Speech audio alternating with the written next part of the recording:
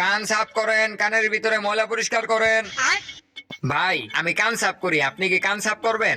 আরে না ভাই, এডি করি না, জান আপনি। আরে ভাই আমি ফ্রিতে কান সাফ করি।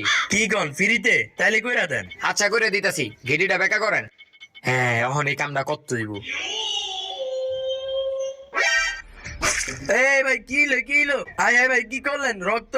ভাই মাফ করে দেন ভাই, পিছনে একটা মেডিকেল আছে, তাড়াতাড়ি সেদিকে যান। আচ্ছা সর। ইস, আয় রে রক্ত পড়তেছে।